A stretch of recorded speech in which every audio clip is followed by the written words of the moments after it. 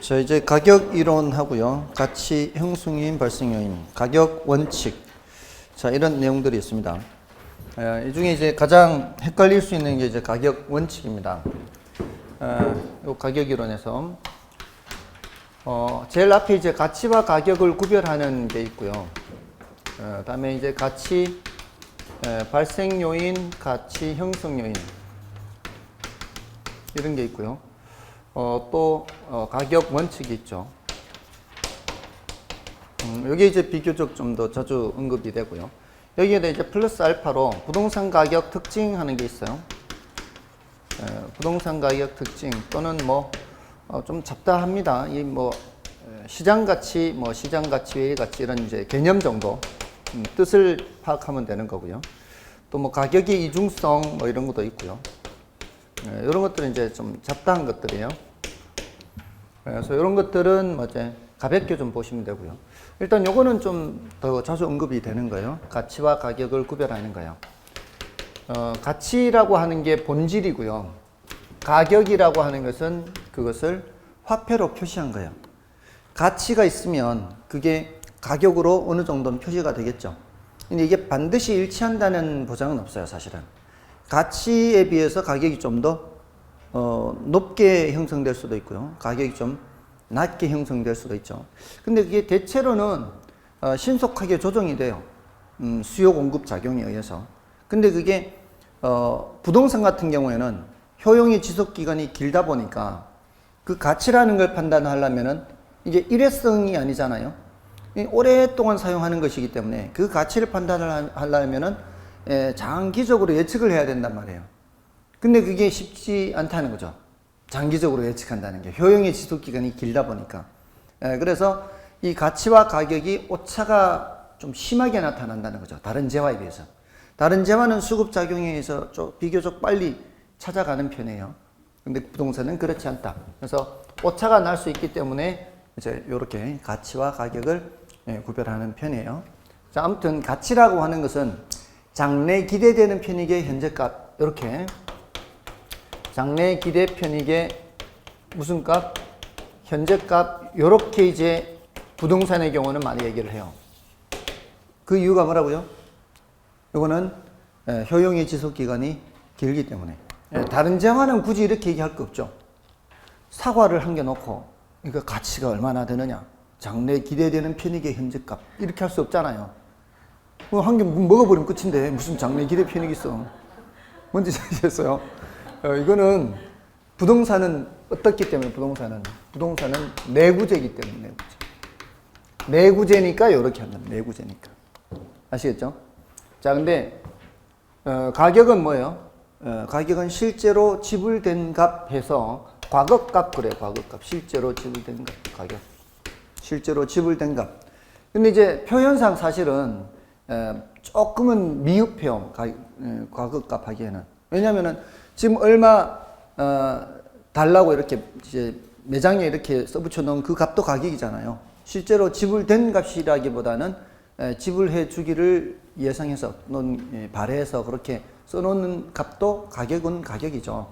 근데 이거하고 이제 비교하는 차원에서 이렇게 이제 대칭적으로 이거는 과거값, 현재값 이렇게 이제 얘기를 합니다. 그리고 가치라는 게 추상적일까요, 구체적일까요? 가치는 추상적. 그 정말로 그 물건의 가치가 얼마나 나갈지는 사실 잘 몰라요. 좀 좀 불분명해요. 근데 그걸 금액으로 딱 나타내면은 그 정도야 구체적 이렇게 되는 거죠.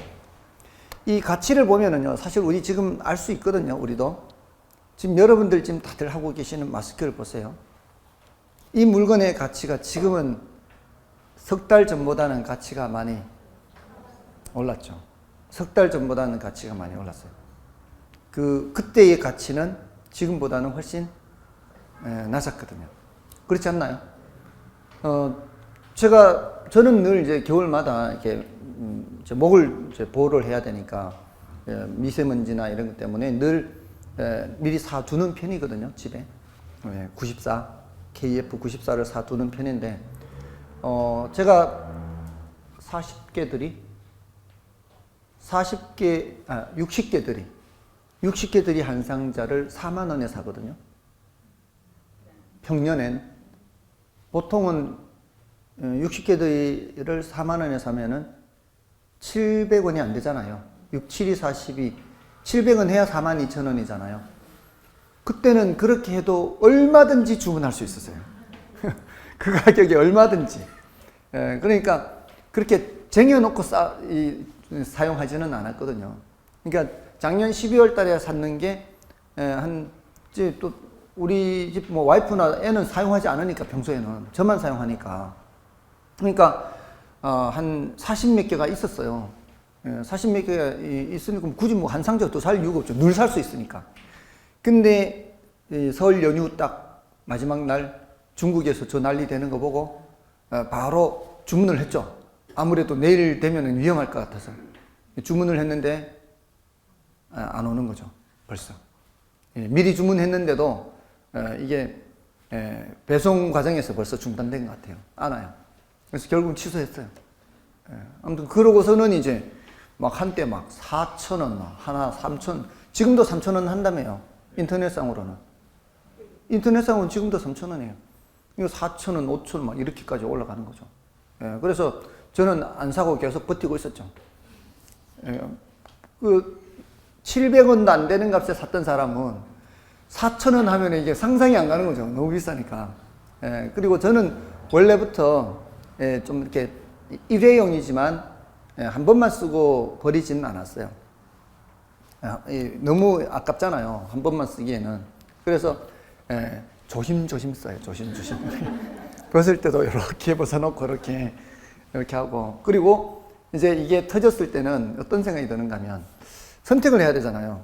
내가 쓴 마스크라 할지라도 내 입속에서도 병원균이 나오고, 이제 균이 있잖아요, 균. 그리고 이 막 박테리아가 돌아다니잖아요. 그럼 분명히 이게 오염이 되죠. 그럼 오염이 되는데 내가 이거를 다시 써서 그 균에 감염될 가능성과 내가 코로나에 걸릴 위험성하고 비교했을 때는 차라리 내 몸에 익숙한 균에 감염되는 게 내가 이길 가능성이 더 높으니까 며칠 더 쓰더라도 그냥 쓰는 거죠. 뭐 나는 한 며칠 더 쓰더라도 더 필요한 사람이 사가면 되니까. 그래서 저거 뭐죠? 매주 사는 거. 그것도 안 샀어요. 그것도 안 사고 그냥 저는 더 길게 쓰고. 그래서 중간에 잠깐 동안에 가격이 개당 1,500원으로 떨어진 적이 있었어요. 잠깐. 그때 한 몇십 개 샀어요. 그때 몇십 개 사고, 또 이렇게 또 누가 또 이렇게 주는 사람도 있었어요. 이렇게 뭐 필터 있죠, 필터. 필터만 따로 파는가 봐요. 필터만. 그럼 이제 필터만 갈아 끼는 거죠. 뭐 그렇게도 하고, 뭐 아무튼 그렇게 사용하고 있는데, 지금 어쨌든 그 마스크의 가치는 분명히 옛날보다는 올라갔다는 거죠, 사실은. 근데 그 가치가 올라갔는데 얼마만큼 올라갔는지는 정확하게 나타내기 어렵잖아요. 그러니까 추상적인 거예요. 그리고 지금 어떤 건 막 인터넷에는 3,000원에도 거래되고, 여기는 공적 마스크는 1,500원에도 거래되고, 만약에 공적 마스크 안 했으면 더 가격이 더 높았을 거예요. 그 소리는 실제 이 물건의 가치는 1,500원보다는 높을 가능성이 높아요, 사실은. 그만큼 사람들이 그걸 더 원하기 때문이거든요. 사람들이 이 물건을, 마스크라는 물건을 더 원하니까 어떻게 해요? 자원을 이쪽으로 쓰는 거죠. 이 자본주의 그 시장에서 말씀드렸던 그거하고 똑같아요. 사람들이 더 원하는 물건이니까. 어때요? 저기 대기업에서도 뭐 만들어요? 마스크, 뭐 현대자동차에서도 마스크 만들고, 뭐 이런 데서도 마스크 만드는 이유가 뭐겠어요? 자원을 좀 더 효율적으로 이용하는 게 뭐겠어요? 사람들이 더 원하는 물건 만드는 대로 자원을 먼저 쓰는 거예요. 이게 가격이 안 올라가면 이게 이쪽으로 자원이 와야 하나요? 가격이 안 올라가면 이쪽으로 자원이 안 옵니다. 그러니까 이 자본주의 사회에서는 이 가격이 굉장히 중요한 거예요. 가격이 높게 형성되면은 자원을 조금 더 어느 쪽으로 쓰는 거예요? 이 마스크 쓰는 쪽으로 쓰는 거죠. 그게 굉장히 중요한 거예요, 사실은. 그러니까 터무니없이 높다고 해서 무작정 막을 일은 아니에요. 만약에 너무 낮게 규제를 해버리면은 마스크 만들어져요, 안 만들어져요? 안 만들어져요. 그러면은 오히려 더 골치 아파지는 거예요. 필요한 만큼 만들어져야 되거든. 그러려면 가격이 올라가더라도 어느 정도는 허용을 해야 돼요. 그래서 지금 이 1,500원이라는 가격이 어떻게 보면은 좀 쌀 수도 있는데 사실은 지금까지의 원가에 비해서는 엄청 비싸게 받는 거예요, 사실은. 그러니까 마스크 제작 업체들은 상당한 이윤을 얻을 거라고 생각은 할 수 있어요. 근데 뭐도 생각해야 돼요? 그 원가가 이미 올라갔을 거라고 생각해야 돼요. 여러분들도 그걸 생각해야 돼요. 이게 터무니없이 비싼 건 아닐 수 있습니다. 마스크 제작 업체들도 지금 그 원자재를 구입하려면 더 비싼 값을 줘야 원자재를 구입할 수 있습니다. 그러니까 인터넷에 떠도는 막 터무니없는 말들이 현혹되면 안 돼요. 뭐 쟤네들 떼돈 번다 이렇게 하는 것도 함부로 들어서도 안 되고요. 또 이게 터무니없이 높은 가격이다, 터무니없이 낮은 함부로 생각할 수는 없는 거예요. 그래도 저도 확인한 바는 없기 때문에 다만 어느 정도 가격이 올라가는 것을 허용을 해야 된다는 거예요. 너무 막아버리면은 안 만들어지니까. 아무튼 그래요. 자, 아무튼 그 구체적으로 나타낸 것이 가격, 추상적인 것은 가치. 그리고 이 가치라는 거는 일정 시점에 여러 가지가 있을 수 있어요. 여러 가지. 지금 우리 뭐 공적 가치 뭐 이렇게 하는 것처럼 보는 관점에 따라 다를 수 있는데 우리 부동산 쪽에서는 시장 가치라는 것도 있지만 보험 가치라는 것도 있어요. 우리 보험 들 때 불나면 이거 얼마만큼 보험금 줄지 이거 산정을 해놔야 될 거 아니에요. 보험사에서 보는 건 보험 가치, 또 과세 당국에서 세금 매길 때는 과세 가치, 이런 식으로 여러 가지가 있을 수 있어요. 근데 요거는 가격은 일정 시점에 오직 하나밖에 없어요. 그리고 가치는 가격 플러스 마이너스 오차예요. 항상 이 오차가 있을 수 있다 없다. 오차가 있을 수 있다. 근데 비교적 일반 재화는 이게 오차가 쉽게 이렇게 해소가 돼요. 근데 부동산의 경우는 비교적 오차가 조금 더 길게 가기도 합니다. 조금 더 길게 간다 하더라도 결국은 어떻게 돼요? 결국은 가치와 가격이 일치한다. 장기적으로는 어떻게 된다? 일치한다. 단기적으로는 오차가 나타난다. 자, 이런 식으로 이제 구별을 해 주시면 되겠습니다. 비교를 해서 뭐 그렇게 어렵지는 않아요. 그래서 교재에서 좀 체크를 해 볼게요. 교재에서 의의는 여러분이 보시면 돼요. 그게 심화학습의 내구재와 비내구재 이런 게 있잖아요. 이거는 굳이 뭐 읽어볼 필요는 없는데 왜 이런 얘기를 나누는 거예요? 부동산은 어떤 재화예요? 내구재란 말이에요. 내구재는 이 가치와 가격이 오차가 나타날 때가 많기 때문에 특히 이렇게 얘기를 하는 거고, 또 내구재이기 때문에 가치를 판단할 때 어떻게 판단한다? 장래 기대되는 편익의 현재값 이렇게 한다는 거예요. 자, 그 밑에 이제 가격과 가치 관계를 보시면 돼요. 가치 가격 관계에서 가격의 본질은 가치고 가격은 가치에 의해 결정되죠. 또 가치는 화폐를 매개로 가격이 되며 가격은 가치의 화폐적 표현이다. 그러니까 그 화폐라는 게 옷이라고 생각하면 돼요. 옷. 가치에다가 옷을 입혀요. 옷을. 가치에다가 화폐라는 옷을 입히면 뭐가 되는 거예요? 가격이 되는 거죠. 여기에다가 화폐라는 옷을 입히면 뭐가 된다? 가격이 된다는 거죠. 그렇게 되는 거예요. 다음에 동그라미 2번 나머지는 됐고요. 가치는 주관적 추상적 개념이고 가격은 가치가 시장을 통하여 화폐 단위로 구현된 객관적 구체적 개념이다. 이게 가치라는 게 이제 주관적 성격이 있다면 가격이라는 것은 객관적 성격이라는 거죠. 가치는 사람에 따라 판단하는 게 다를 수 있죠. 그러니까 예를 들어 지금 뭐 1,500원짜리 마스크다. 그러면은 그 무슨 마스크를 1,500원이나 주고 사 하면은 안 살 수도 있는 거죠. 근데 이거 이렇게 싼 걸 안 사? 이러면은 살 수도 있는 거죠. 저는 될 수 있으면 안 사고 싶어요. 왜냐하면 700원 떨어질 때까지 안 살 거야. 이렇게 저게 무슨 1,500원 가치가 있어. 700원 떨어질 때까지 절대 안 살 거야. 뭐 이런 식으로 생각할 수 있어요. 저는 진짜 될 수 있으면 안 살 생각이에요. 될 수 있으면. 그 생각이 들어서 해마다 700원도 안 되게 샀는데 지금 그러니까 천지 모르고 생각하는 거예요. 지금. 지금 상황이 바뀌었잖아요. 마스크의 가치 자체가 지금 올라간 상황이기 때문에 사실은 그 값을 주고면 얼른 사야 되는데도 저는 아직 옛날 생각하고 있습니다. 자, 아무튼 그래요. 사람에 따라 보는 관점이 다르다. 이게 주관적이에요. 그 다음에 가치는 가격 플러스 마이너스 오차예요. 가치는 오차가 나타나는데 오차는 단기적이다, 장기적이다. 장기적이다. 다음에 넘어가시면 이제 과거값, 현재값. 과거값은 뭐예요? 가격은 과거값, 가치는 현재값 이렇게. 그다음에 가치의 다원적 개념, 요거는 이제 가치는 여러 가지다. 요걸 얘기하는 거예요. 그리고 그 밑에 이제 가치의 다원적 개념에서 교환 가치, 사용 가치 여러 가지 가치 개념이 있죠. 그 중에서 교환 가치는 시장 가치와 같게 생각하면 돼요. 시장 가치와 같게. 그 다음에 밑에 사용 가치, 투자 가치 있죠. 자, 요거는 주관적 가치. 사용 가치, 투자 가치는 주관적 가치예요. 이 사용 가치는 사용하는 사람 입장에서 보는 주관적 가치를 말해요. 요거는 사람마다 다를 수가 있어요. 사용 가치는. 예를 들어 이런 거예요. 제가 지금은 폐차했지만 폐차하기 직전까지 쓰던 15년간 탄 자동차. 15년간 탄 자동차. 이게 키로수가 33만 킬로에 만 15년을 탔어요. 근데 뭐 굴러가는데 큰 지장은 없어요. 근데 제가 이제 멀리 이렇게 다니니까 자동차를 몰 일이 거의 없는 거예요. 자동차를 그냥 세워 놓는 거죠.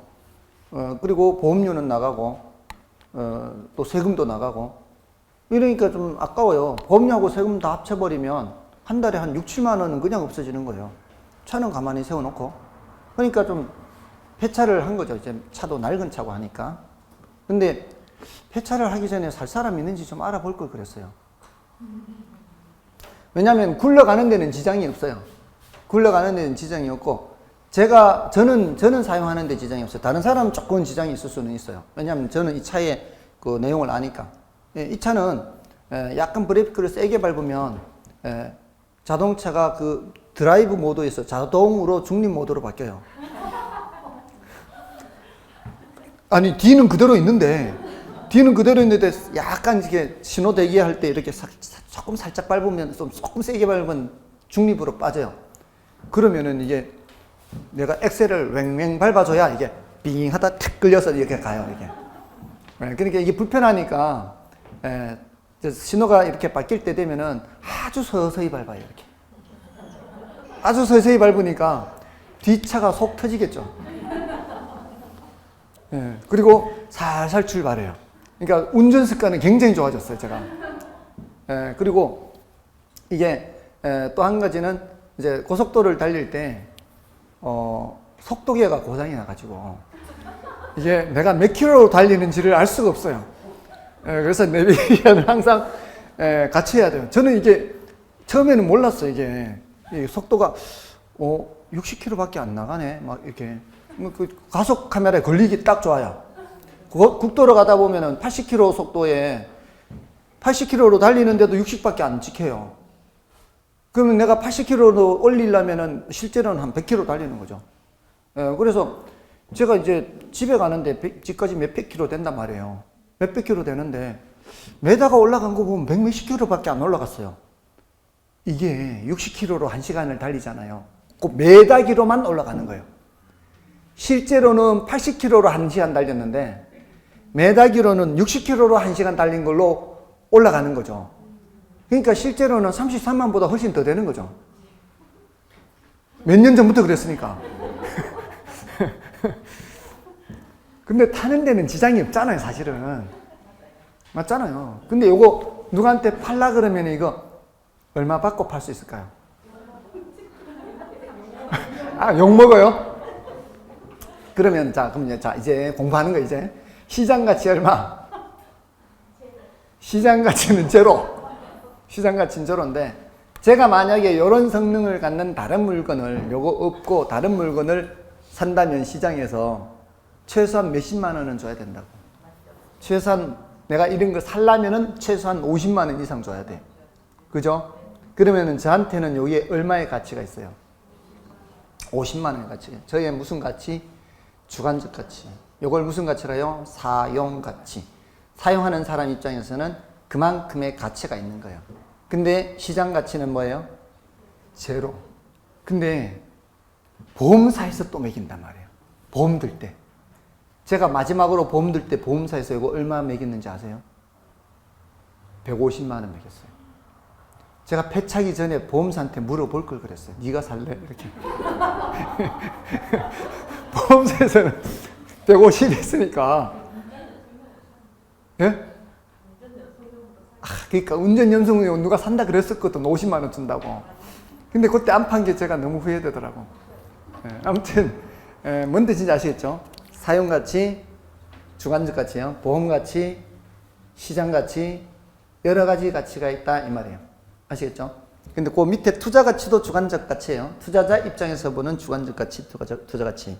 그 외에 장부가치, 공익가치 여러 가지 가치 개념이 있다. 됐죠? 여러 가지 있다. 이렇게 이 정도면 되고요. 특히 그 사용가치와 투자가치는 주관적 가치다. 교환가치는 객관적 가치, 시장가치. 이 정도면 되겠습니다. 넘어가시고요. 그 다음에 이제 그 부동산 가격의 특징해서 자, 요거는 첫 번째, 두 번째 정도 좀 주의를 하시면 되는데요. 부동산 가격의 특징하죠. 이게 뭐 자주 나오는 건 아니고요. 이게 첫 번째, 두 번째 좀 주의를 하면 돼요. 이게 협의의 가격과 임료로 구분이 되는 거예요. 임대료 또는 뭐 임료, 줄여서 그냥 임료라고도 해요. 요거는 매매 시장에서는 뭐라 불러요? 매매 시장에서는 가격이라 부르죠. 근데 요거는 임대 시장에서는 임료, 임대료라고 부르잖아요. 넓은 의미의 가격에는, 광의의 가격에는 다 들어가요. 그 좁은 의미의 가격도 들어가고, 임대 시장에 임대료도 들어가고, 또 자본 시장에 이자율도 들어가고, 외환 시장에 환율도 들어가고, 토지 임대 시장에 지대도 들어가고, 다 가격이에요. 넓은 의미의 가격에는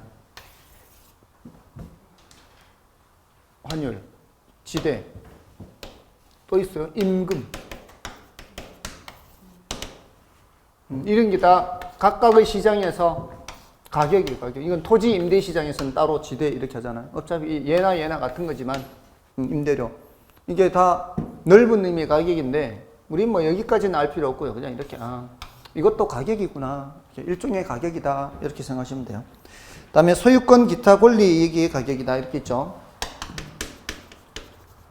소유권에도 가격이 있지만 기타 권리에도 가격이 있어요. 예를 들어서 여러분들 이렇게 이제 소유권이 있죠. 토지 소유권. 이 사람이 지상권을 설정해 줬어요.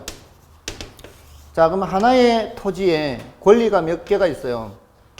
2개가 있죠. 물론 이제 그냥 이론적으로 얘기하자면 이게 이제 지상권자가 임차를 하면은 임대를 놓으면 임차권자도 있을 수 있잖아요.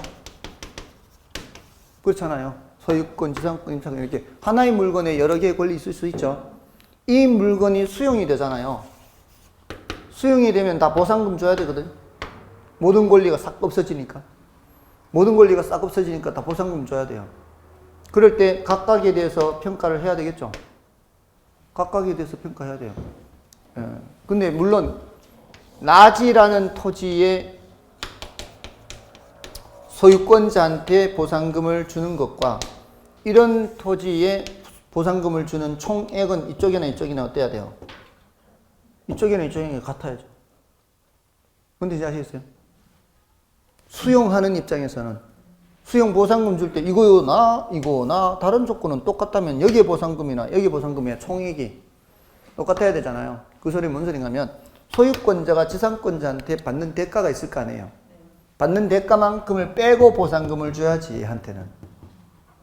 지상권자한테 보상금 줄 때는 얘한테 받는 대가가 있으면 얘한테 받는 대가만큼을 빼고 줘야 될 거 아니에요. 그럼 임차권자는 임차권자한테 나머지 이제 전체 소유권의 가치를 이렇게 나누어서 줘야지. 됐나요? 어쨌든 간에 각각의 권리에 대해서 평가를 해야 돼요? 안 해도 돼요? 해야 된다고. 그러니까 이 소유권에만 가격이 있는 게 아니라 다른 권리에도 뭐가 있을 수 있다. 가격이 있을 수 있다. 한 번 정도 설명드리는 거예요. 이거는. 자, 넘어가시고요. 3, 4, 5, 6은 이거 뭐 그렇게 어렵지 않아요.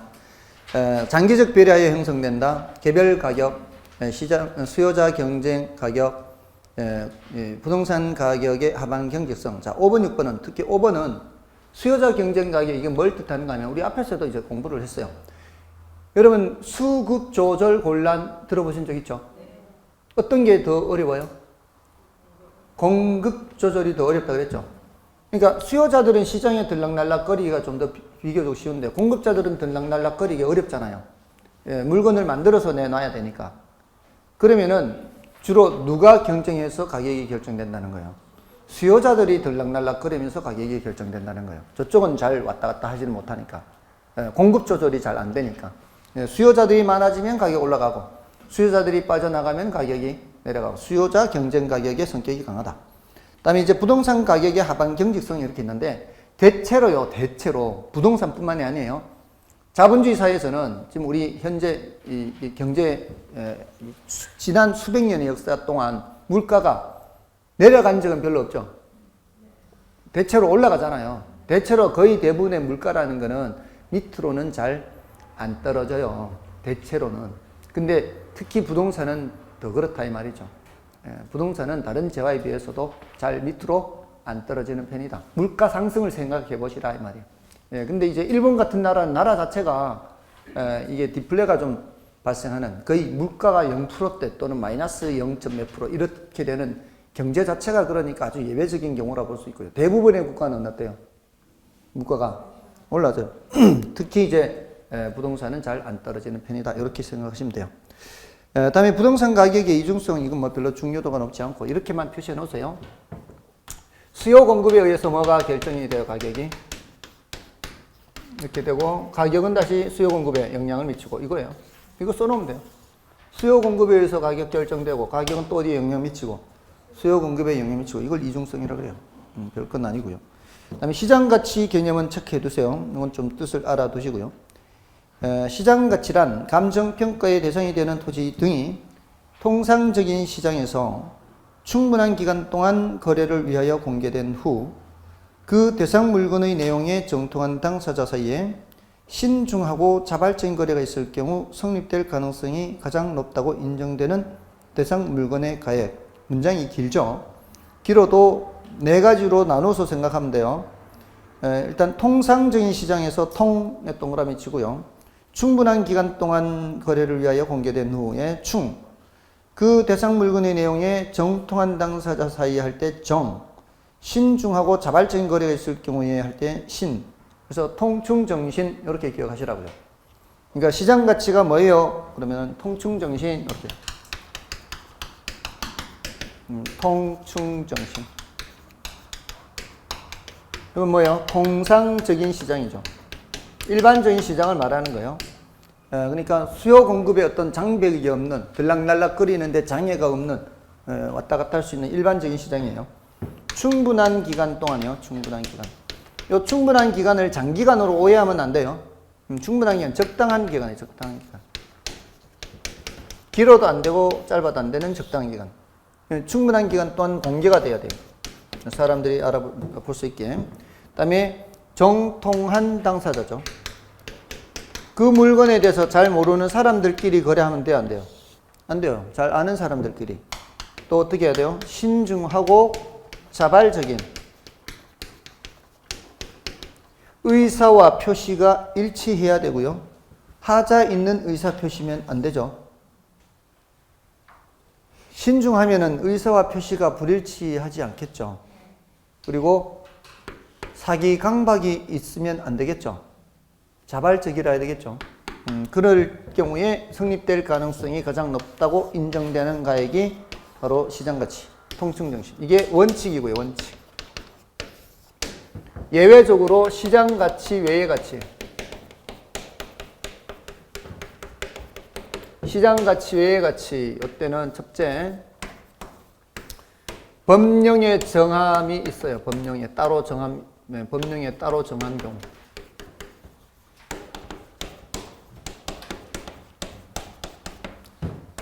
평가 의뢰인이 의뢰하는 경우.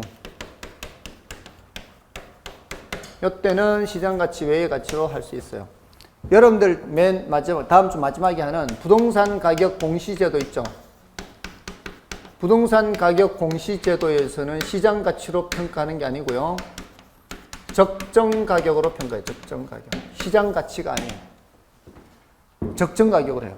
여러분들 표준지 공시지가 제곱미터당 얼마다 그럼 그 시가로 생각해요?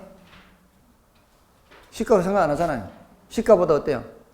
낮다고 생각하죠. 또 아파트 왜 우리 그 가격 공시하잖아요. 아파트 가격 공시해서 그걸로 세금 매기잖아요. 그 시가로 생각해요? 안 하잖아요. 근데 그게 다 무슨 가격이에요? 적정. 표준지 공시지가 적정 가격, 개별 공시지가 적정 가격, 단독주택 가격, 표준주택 가격, 공동주택 가격 다 무슨 가격? 적정 가격, 적정 가격. 시장 가치 아니에요. 법에 다 그렇게 정해져 있어요. 적정 가격으로 평가한다 이렇게 돼 있어요. 그럼 법에 그렇게 정해놨는데 당연히 감정평가사가 그렇게 평가해야지. 뭔지 아시겠어요? 법에 정한 대로 하는 거예요. 의뢰하는 경우도 마찬가지. 아까 이거요. 자, 이거 어떻게 평가해요? 시장 가치로 평가해요? 합평할 때? 시장 가치보다 높아야 낮아, 이거? 얘가? 맹지, 뒤에 토지는 맹지인데, 이걸 편입하면 이제 자료형 토지가 된단 말이에요. 그러면 앞 토지 소유자가 이거를 시장 가치만큼 팔겠냐고요? 시장 가치보다 싸게 팔겠어요, 이거? 시장 가치보다 높게 팔겠죠. 이때 감정평가사한테 의뢰를 해도 감정평가사한테 의뢰를 해도 감정평가사는 요거를 어떻게 해요? 시장 가치보다 높게 평가한다고요. 이렇게 하는 걸 한정가격이래요. 한정가격. 요 제한된 당사자 사이에서만 합리성 인정이 돼요. 다른 사람한테 다른 사람하고 거래할 때는 이렇게 거래 못 해요. 요 두 사람 사이에서만 합리성 인정되죠. 이런 거를 무슨 가격? 한정가격 이렇게. 또 의뢰하잖아요, 그렇게. 이럴 때는 시장 가치 외의 가치로 할 수 있어요. 예외적입니다. 원칙이 뭐다? 시장 가치. 예외적으로 뭐다? 시장 가치, 외의 가치. 이게 법령에 다른 규정이 있거나 또는 감정평가 의뢰인이 요청하는 경우 두 가지 정도네요. 다음에 이제 그 가치 형성 요인과 가치 발생 요인 있죠. 자, 요거는 뭐 여러 번 했기 때문에 형이 동생한테 영향 미친다 그랬죠. 가치 형성 요인 형이 가치 형성 요인이 있으면 이게 누구한테 영향 미친다? 가치 발생 요인한테 영향 미친다. 형 이름이 뭐였어요? 일찍이 일반 요인, 지역 요인, 개별 요인이 있죠. 동생 이름은 효상유, 효용성, 상대적 희소성, 유효수요. 여기 이제 이전성을 추가로 두는 사람도 있습니다. 이거는 물리적 실체 이전성이 아니라 권리의 이전성을 말하고요. 효용성은 뭐요? 물건이 인간에게 주는 만족이죠. 상대적 희소성은 인간이 원하는 거에 비해서 모자라면은 희소한 거예요. 아무리 물리적으로 많아도 인간이 원하는 만큼 안 된다면 희소한 거죠. 거기에다가 유효수요가 있어야 되고요. 이런 것들이 어느 하나만 가지고 가치가 발생하는 게 아니라 얘네들이 상호 결합되어서 가치가 발생하는 거죠. 제가 지금 이 코로나 사태 때문에 이거 예를 들기는 참 좋아졌어요. 마스크 효용성 엄청 높아졌죠. 효용성이 높아진 거예요. 거기에다 뭐까지 올라갔어요? 희소성까지 올라갔죠. 전 세계적으로 이거를 찾다 보니까 희소성까지 올라갔어요. 효용성 높아지고 희소성도 올라가면 가치가 올라갈 수밖에 없는 거예요. 그리고 이제 유효 수요는 이제 그런 물건을 구매할 수 있는 지불 의사와 능력이 있는 수요를 유효 수요로 하죠. 얘네들이 상호 상관 결합이 돼야 돼요. 그래야 가치가 발생하는 거죠. 그리고 여기에 영향을 미치는 게 부동산의 경우는 일반 요인, 지역 요인, 개별 요인이다. 그래서 그 지역이 예전보다 더 좋은 지역이 될 수도 있고요. 안 좋은 지역이 될 수도 있고요. 거기에 따라 효용성이나 상대적성, 유효성 달라질 수 있고 개별 부동산의 위치에 따라서도 달라지죠. 지하철역이 들어서지 않던 곳이었는데 지하철역이 들어서면서 그 어떤 개별 부동산의 위치가 굉장히 좋아질 수도 있죠. 그런 것들. 이런 것들이 다 효용성, 상대적성, 유효수에 이런 게 영향을 미친다. 이런 정도예요. 근데 그 중에서도 특히 지역 요인과 개별 요인이 이제 더 중요하죠. 일반 요인은 그렇게 크게 중요하지 않아요. 일반 요인은 우리나라 전반적인 것을 말하는 거거든요. 우리나라 인구, 지금 우리나라 인구 증가 속도가 굉장히 둔화됐죠. 그래서 그런 거 보면은 앞으로 장기적으로 전체 우리나라 전부를 보면은 부동산 수요 증가에 한계가 있죠. 근데 그건 전반적인 거고 중요한 거는 그 지역인 거죠. 아무리 전반적인 인구 증가는 둔화되어도 어떤 지역은 인구 증가가 빠른 속도로 증가해요. 그러면 거기는 부동산 가치가 올라갈 수 있는 거죠. 그리고 개별 요인, 이게 더 중요하죠. 그래서 그 인구 이런 거는 사회적 요인이거든요. 또 소득 이런 거는 경제적 요인이에요. 또 행정 규제 이런 거 있잖아요. 규제 이런 것들은 행정적 요인이에요. 행정. 그래서 사회적, 경제적, 행정적 요인으로 이렇게 나누어져 일반 요인은. 근데 일반 요인으로서 사회적, 경제적, 행정적 요인이 중요한 게 아니라 지역 요인으로서 사회적, 경제적, 행정적 요인이 더 중요한 거죠. 그 지역의 인구, 지역의 사회적 요인, 지역의 소득, 지역의 경제적 요인, 지역의 규제, 지역의 행정 요인, 이게 더 중요한 거죠. 그리고 그 지역에는 자연 조건 같은 것도 따지기도 해요. 이런 것들이 이제 더 중요한 거죠. 뭐 아무튼 뭐 이거는 개별 요인, 개별 부동산의 위치, 면적, 방향 이런 것들 있잖아요. 이런 것들이 이제 다른 부동산에 비해서 얼마나 효용성이 높으냐, 희소성이 크냐 이런 거에 따라서 이제 여기에 영향을 미친다. 그래서 일지계가 어디에 영향을 미친다? 효상류 또는 유상류에 영향을 미친다. 뭐 이런 정도입니다. 자, 그렇게 해 주시면 되겠고요. 그다음에 넘어가시면 이제 439쪽에 이제 부동산 가격 재원칙 있죠. 자, 이 부동산 가격 재원칙은 가격의 모든 원칙, 제자가 모든이에요, 모든. 가격의 모든 원칙이다.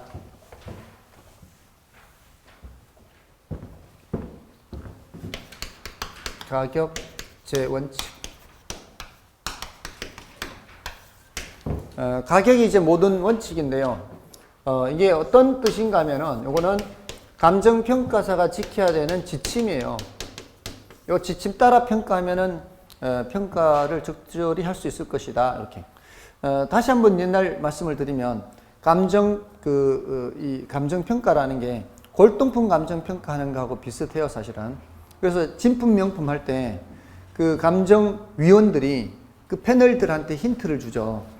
힌트를 주면서 제작 연대가 100년 앞설 때마다 얼마씩 가격이 올라갑니다. 쌍으로 돼 있는데 한쪽밖에 없으면 값이 어떻게 됩니다. 또 흠이 있는 것과 흠이 없는 것은 가격 차이가 얼마가 됩니다. 굽이 높은 도자기와 굽이 낮은 도자기의 가격 차이는 어떻습니다. 뭐 이런 식으로 계속 힌트를 줘요. 그러면 그 힌트를 많이 알면 많이 알수록 가격을 점점 더 근접해서 써낼 수 있잖아요. 그런 식으로 계속해서 감정위원들 쫓아다니면서 계속 귀동냥하면 나중에는 이 사람도 이제 보는 안목이 올라가지 않겠어요? 바로 그거예요. 그는 골동품의 가격 원리에 대해서 계속 힌트를 준 거거든요. 그런 것처럼 부동산에도 이런 가격 원칙이 있는데 감정평가사들이 그런 원리를 알고 원칙을 알고 원리라고도 해요. 원리라고도 하고 원칙이라고 하고 이걸 알면은 적절하게 평가를 할 수 있을 거 아니냐. 그래서 당신들 이거 알아라. 이런 거예요. 그래서 제시해 주는 거예요. 근데 그 중에 가장 중심이 되는 원칙이 최유효 이용 원칙이에요. 최유효 이용 원칙은 부동산의 가치라는 것은 최유효 이용 상태를 기준으로 해서 형성된다는 거예요. 기준으로 또는 표준으로. 자, 그거는 아까 건부 감가나 건부 준가를 생각해 보면 돼요. 일반적인 게 뭐라 그랬어요? 건부 감가라 그랬죠. 자, 이게 지상에 이 건물이 있는 이 건부지가 있어요. 이건 낮이에요. 낮이 가격이 1억이에요. 근데 얘를 지금 평가를 하려고 해요. 뭐를 평가하려고 하는가 하면은 건부지를 평가하려고 해요. 건부지 평가. 자, 봤더니만 얘는 이제 거의 철거를 해야 되는 상태예요. 철거비가 1,000만 원이 들어요. 이게 예상이 돼요. 철거비가. 그러면 이 건부지 평가액을 얼마로 결정해야 돼요? 이 건부지 평가액을 얼마로 해야 돼요? 낮이 상태, 다른 조건이 똑같은 낮이 상태 가격이 1억짜리라면 얘는 얼마? 1억 1,600? 얘는 철거해야 된다는 얘기는 얘는 쓸모가 없다는 얘기잖아요. 철거비가 지금 똑같은 값 주면은 이거 살래, 이거 살래요? 똑같은 값 주면 이거 사는 거지. 지금 갑자기 회로에 지금 이상이 생겼어요. 회로에 오류가 생겼어. 그러니까 지금 이걸 1억 천이라고 한 사람이 회로에 오류가 생겼다고. 아시겠어요? 똑같은 조건이라면 얘를 사야 될 거 아니에요. 얘는 철거를 해야 쓸 수 있는 거고 얘는 그냥 쓸 수 있는데. 맞잖아요. 그냥 쓸 수 있는 걸 1억 주고 산다면은 이 철거비 돈 발생하는 거는 얼마 주고 사야 돼요? 9천 주고 사야 되는 거죠. 뭔 뜻인지 아시겠어요? 이걸 1억 천 주고 산다는 거는 말이 안 되는 거예요. 자, 이게 뭘 뜻하는 거예요? 이 건부지 평가액을 평가하기 위해서는 어떤 상태를 먼저 알고 시작해야 돼요? 나지 상태를 먼저 알고 시작해야 된다 이 말이에요. 나지 상태인 경우에는 이만큼인데 얘는 이만큼의 이제 감가 요인이 발생하니까 1,000만 원보다 1억보다는 1,000만 원 낮게 평가해야 된다 이렇게 나오는 거 아니에요. 먼저 뭐를 판단한 후에 나지 상태를 판단한 후에 됐나요? 근데 그 나지 상태가 바로 최유효 이용 상태다 이 말이에요. 나지 상태는 최유효 이용 상태예요. 항상 최유효 이용의 건물을 지을 수 있는 상태예요. 그래서 최유효 이용 상태를 기준으로 해서 형성된다는 거예요. 얘를 기준으로 해서. 그러니까 뭘 먼저 판단하라. 나지를 먼저 판단하라. 최유효 이용 상태를 먼저 판단하라 이 말이에요. 됐나요? 근데 최유효 이용 상태인지 아닌지를 보는 내부 관련 원칙이 있고 외부 관련 원칙이 있단 말이에요. 내부 상태 보고 아 이거 최유효 이용이네. 외부 상태를 보고 이거 최유효 이용이네. 아니네. 이렇게 판단하는 거죠. 그래서 예를 들어서 이거부터 말씀드린다면 달동네 고급 빌라 이거 늘 말씀을 드리는 건데요. 시험에서도 나왔어요. 서민들이 사는 지역에 고급 빌라가 들어섰다 이렇게. 달동네 고급 빌라 그러면은 이게 외부 환경하고 맞아요, 안 맞아요? 안 맞단 말이에요. 그럼 최유효 이용이라고 할 수 있어요, 없어요? 없단 말이에요. 그러면 최유효 이용 상태보다는 가치가 떨어지겠죠. 그러면 그 고급 빌라 짓는 데 들어간 돈만큼의 가치가 안 나가고 그것보다 가치가 떨어진다 이 말이에요. 그거는 적합의 원칙에 어긋나기 때문이다 그래요. 적합의 원칙에 어긋나기 때문이다. 이 적합의 원칙은 부동산이 최유효 이용이 되려면 인근 환경에 적합해야 된다. 이게 적합의 원칙이에요. 그걸 아시면 돼요. 이거는 뭐라고 했듯이 부동산의 유용성이 최고로 발휘되기 위해서는 또는 부동산이 최유효 이용이 되기 위해서는 똑같은 말이에요. 최고로 그 유용성이 발휘된다. 이 소리가 뭐예요? 최유효 이용이죠. 그러기 위해서는 인근 환경에 어때야 된다? 인근 환경에 적합해야 된다. 이 말이에요. 그럼 인근 환경에 적합하지 않으면 최유효 이용이 아니니까 가치를 떨어뜨려야 되겠죠. 그럴 때 떨어지는 감가를 경제적 감가라 그래요. 이게 이제 시험에 나온단 말이에요. 이런 게. 뜻을 묻거나 요거 경제적 감가를 묻는다 이 말이에요. 인근 환경에 적합하지 않으면 무슨 감가? 경제적 감가 또는 다이렉트로 물어요. 적합의 원칙이 어긋나면 무슨 감가? 경제적 감가 이런 식으로 질문한다 이 말이에요. 요거 하고 여기에 균형의 원칙이 있어요. 균형 원칙. 부동산의 유용성이 최고로 발휘되기 위해서는 다시 또 어떻게 다른 말로 최유효 이용이 되기 위해서는 내부 구성 요소 간 균형이 달성돼야 돼. 내부 구성 요소 간 균형.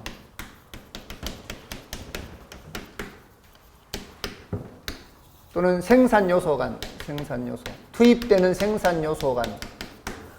투입되는 생산 요소 간. 또는 내부 구성. 투입되는 게 이제 그 부동산의 내부 상태죠. 근데 여기에 어긋나면은 가치가 최고로 발휘돼요, 안 돼요? 안 되죠. 이때는 무슨 감가? 이때는 기능적 감가 이렇게 이제 나온다 이 말이에요. 이게 엄청 자주 나온 거예요. 그리고 토대가 되는 원칙에서는 이 토대는 굳이 토대라는 단어는 알 필요 없는데요. 여기에 변동의 원칙이 있어요. 변동의 원칙은 뭐가 변하는 거죠. 뭐가 변하는 거요? 가치 형성 요인이 변하는 거예요. 형이 변하는 거예요. 형이 변하면 누구도 영향을 받아요. 동생도 영향을 받아요. 일지계가 변하면 효상유도 변한다. 그러면 뭐도 변해요? 가치도 변해요. 근데 이런 것들이 고정되어 있는 거요? 늘 변하는 거예요?